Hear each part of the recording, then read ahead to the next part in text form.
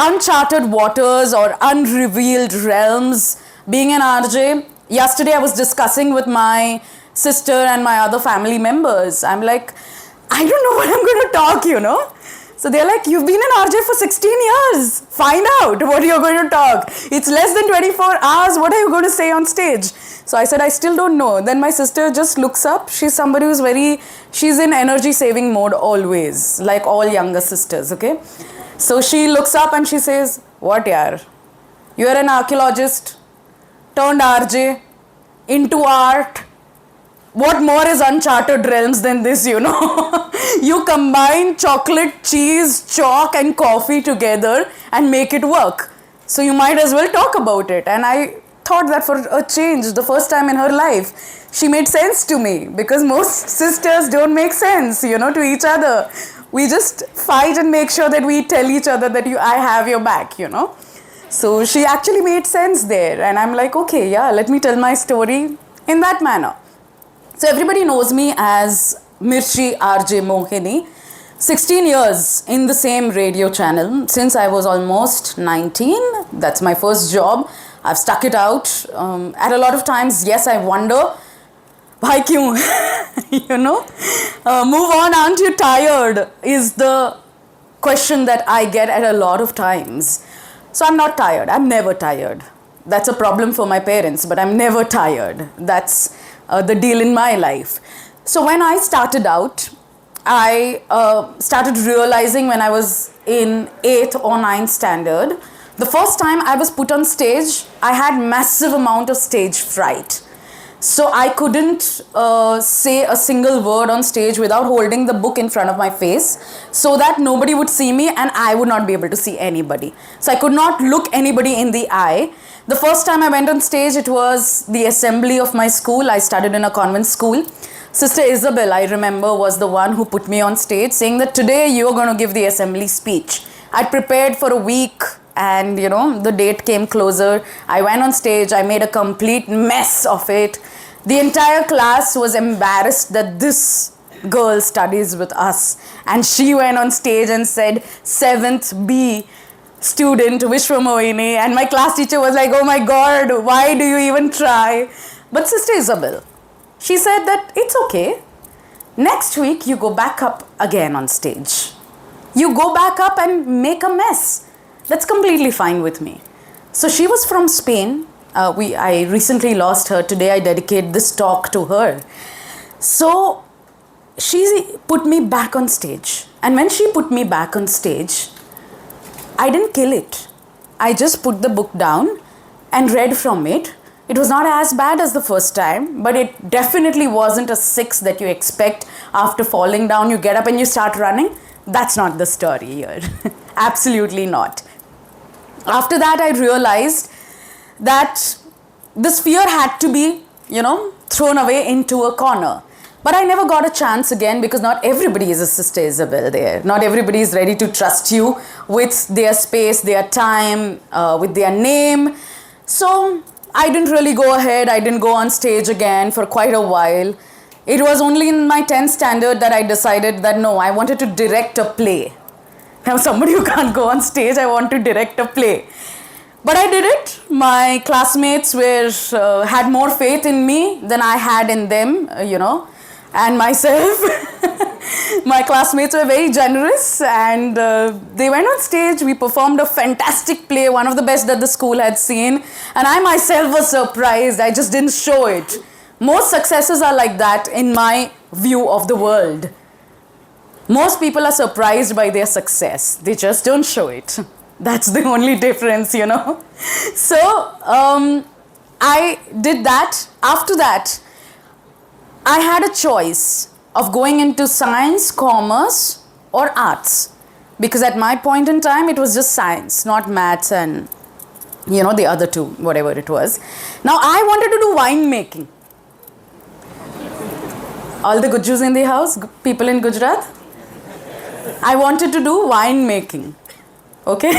It's called Archaeology. I speak French, I read French, I write French. So French is a language that I had mastered because I wanted to go into winemaking, study winemaking in Champagne, which is the area where champagne originated from. I was all set. I said, "Abhi to science hi lena hai." And I was very clear. My mother started laughing. She told me, "You are not a scientific person. Your logic sucks completely. Your physics, I can tell you, you will fail. Your maths, you can't add up 2 plus 2. Why do you want to take science and burn our money?" So I said, "You earned for me, you burned for me." So, because all parents keep telling us, "Na, we worked so hard to give you a good future." So I said, "I'm asking for a good future. You worked hard for me, damn it. You tell me that all the time. So you might as well give it to me." Then she's like, "Okay, go." So my entire family against me taking science, and they were right. They were absolutely right. 11th science, I passed somehow or the other. 12th May, there was massive pressure. The first examination is the term examination that comes in, okay? Red line, red line, red line, red line, red line, red line. 25 marks in maths 1, 20 in maths 2, 18 in physics, 22 in chemistry. I still remember those grades. And then the only good part was biology, Sanskrit and English. And I'm like, my mother was correct. How many times have we felt that our parents were correct? But you don't once again go and tell them you were correct, because otherwise lifetime sunna hai aapko. You remember I told you this? So I didn't go and tell her she was correct, but she realized that there's something where she will need me. So she picked me up from the tuition classes that I was going to and put me into tutors who came and taught me at home. So home tutors who were the best in the city.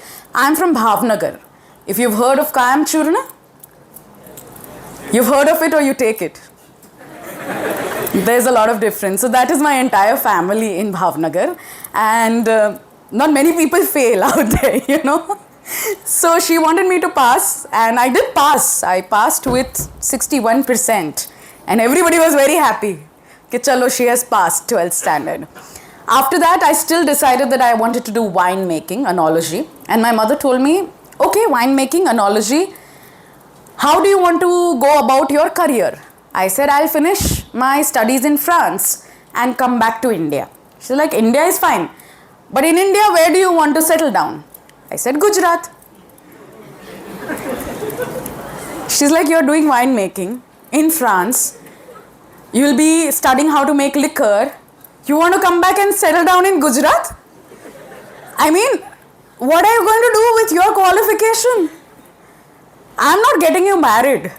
So forget that. You better stand on your own 2 feet, be strong, and then we'll talk about the rest of the things in life." So then she said that if you get a scholarship, you can go study whatever you like. Because I burnt what I earned. Now I'm not doing it again, you know. So I applied for scholarships. French-speaking Indian student, Global Alliance would know that's not very, very easy to come across. So the French embassy was very excited about it. Then they're like, "We are offering you a scholarship for masters." I said, "But wait, what about my bachelor's?" So they're like, "No, we don't have scholarship for bachelor's. We only have for masters. How do we know you're serious enough?" I'm like, "You have a point. My mother has the same question, you know." So then I decided that there was no point in burning. It was important to change the track while I had the time to change my track. So I took up something called Archaeology and Ancient History. How many of you have heard about it? Can I have a show of hands here? Fantastic. At least a lot of you have heard about it. Thank God for that. So I had an option of getting into fine arts, art history, or archaeology and ancient history. That was a 4-year course. This was a 3-year course. Archaeology was ancient. I liked history. Art was a little difficult to understand, so I said, let it be. And there was an entrance exam there, which was tougher than the one here. So then I said, I don't want to fail again. No. So I went into archaeology and ancient history more for the kind of interest that I had. It piqued my curiosity. It made me want to open a book and keep reading, unlike art history. So that was my defining moment for me. When I went into archaeology, I realized that my mother was right. I should have taken arts from the beginning. Because I topped my first year class I enjoyed archaeology like it was a hobby rather than studying. I was that one person who was in the lab all day long. The entire day long I would be sitting in the lab. I was a professor's dream come true because I would assist them in every little task. They said, pocha maar do lab mein. I'll do it. Because I got to be in the lab. But the Archaeology and Ancient History department of our Gujarat, of our MS University, is one of the best in Asia, believe it or not. With the ashes of Buddha, I have packaged them myself. And after that, I was in my 3rd year of college. That's when I had to go to France. I wanted to study in École du Louvre. I've learned French, might as well put it to use, So I was in France for some health related issues for my mother, and I went and applied at École du Louvre. They were very happy once again, and they said, chalo aa jao. My professors in the department wrote me nice glowing reviews, thinking that their lab assistant will go away but bring something back from France, So all that happened, and while I was in Paris, I got a call from my sister saying, I don't know why, but Reliance people have come home and they're asking for you. They're saying, okay, we need an RJ, we are opening a radio channel here. I don't know why they think you're capable of anything at all. That's what little sisters do, younger sisters do. So then I'm like, you let it be, let me talk to them. So they're like, we need you immediately. I said, there's no way I'm coming immediately. 2 months, if you have the time, theek hai. If you don't have the time, okay, tada, bye bye. So I was not worried. In my head, nobody told me that you should start earning. Nobody told me that you should have a job. Nobody told me that archaeology and ancient history karke kahan jaoge. Nobody told me that archaeology and ancient history might not have a job for you. There was no map laid out in front of my life कि engineering करना है, architecture करना है, science करना है, doctor पढ़ना है, जाके clinic में बैठ. There was no map in my life. It just happened. So after that, I let that opportunity go. दिल जल रहा था because I was paying, not earning. There was an opportunity right there. I didn't know when it would come back next. My mom said, let it go. You do what you want to do. So I'm not from a very, very rich family, in case I'm getting that across to you right now, that only people with a lot of backup can do this. No, absolutely not. Everybody has their reserves which they finish at a point in time. And my family was at that point. That's why they said scholarship, otherwise nothing. You do what is there free of cost, okay? So I said, yeah, done. So that's how my 3rd year was going on. And then came in the time when my room was very dirty. How many people have their room which is very, very messy? यार हाथ ऊपर करो, कोई शर्म नहीं है. Lovely. My room till date has clothes which you can wade from. It's flooded. And it was worse when I was in my college. So bad that my mother would not open my door. If she ever opened, she would not sleep for 3 days. So one day she said, enough. Open that room door. It's a Sunday, clean it up. Or else there's this interview. Please go to this interview. So I did not read which interview it was. I said anything but that. On a Sunday, you don't make me work. I either sleep or I while away time. That's what I do. So my mom said, okay, go for this interview, learn something in life. Thoda kuch to ho jaye. I was not this bad, as bad as I'm sounding right now. I was a gold medalist, so I was doing my stuff very well. But I was a typical, teenager trying to find my way in life. So at that time, the interview was for Radio Mirchi. And my boss was as bad as me in terms of talking. He was there to rag the people who had come for the interview. He was having the time of his life because he was being ragged by his bosses, and he was making sure that he rags us good and nice, So I was applicant number 5,000 something. So I'm like, whoa, 5,000 applicants. A tomboy ain't getting through. So I was a tomboy who would not match the jeans and the t-shirt. Like, वो भी उतना भी match नहीं होता था मुझसे, leave alone earrings and everything else. So I'm like, oh wow, so many amazing girls sitting here, smart, short skirts. I ain't getting through. So I was having the time of my life giving that interview. My boss asked me 2-3 questions. One was, what do you want to do 3 years down the line? I said, I don't know what I want to do 3 days down the line. Don't expect this from me. Then he's like, will you sign a bond? Will you sign a bond? I said, I'm not signed with my parents. What will I sign with you? And they are keeping me because they have to keep me. After 1 month, you'll tell me go. So then he's like, okay. He called me up again and he said, you've been selected. Not he, one of his team. HR called me up and said, come for the second round. My boss is like, who called you when he saw me there for the second round? He said, you were one of the most muffat people we had seen there. There's no way we want you there. I'm like, okay, good for me. I was missing my English class as it is. That's the most interesting part of my day. So you ruined that. So anyways, I'm running, I'm going. So I did not know how to drive a two-wheeler at that point in time. I was, 19? So I walked all the way back to my class from Alkapuri to MS University Arts faculty. And while walking back, I turn behind and I see somebody running behind me, some peon. Like, madam, आपका interview है, वो तो मस्ती कर रहे थे. So that's how I got selected with Radio Mirchi, and that's the brand that it is. That's the brand that resonates with me. And that's where I answer the question, why 16 years? There is a map that says jump.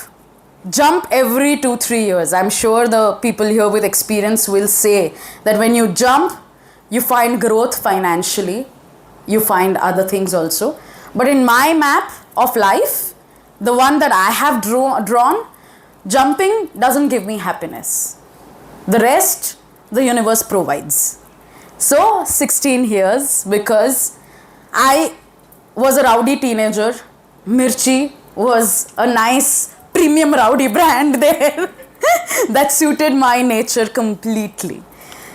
And that's my story of getting into Mirchi, becoming Mohini from Vishwamohini Priyalak. Today, I dream of making documentaries, archaeological documentaries, which involve voiceovers, scripting, storytelling, entertainment. And that has no map of its own. I believe that as I go, somewhere down the line I will find my way, and somewhere the universe will tell me what to do. And I will also put my head to it. I will also work hard, because it's not always sitting down and the universe saying that, yahan pe jao. No. You have to keep working, you have to keep moving, and you have to find your map and your own way forward. It's a Pixar. I am very fond of animations, and it's a Pixar video. Just have a look at it.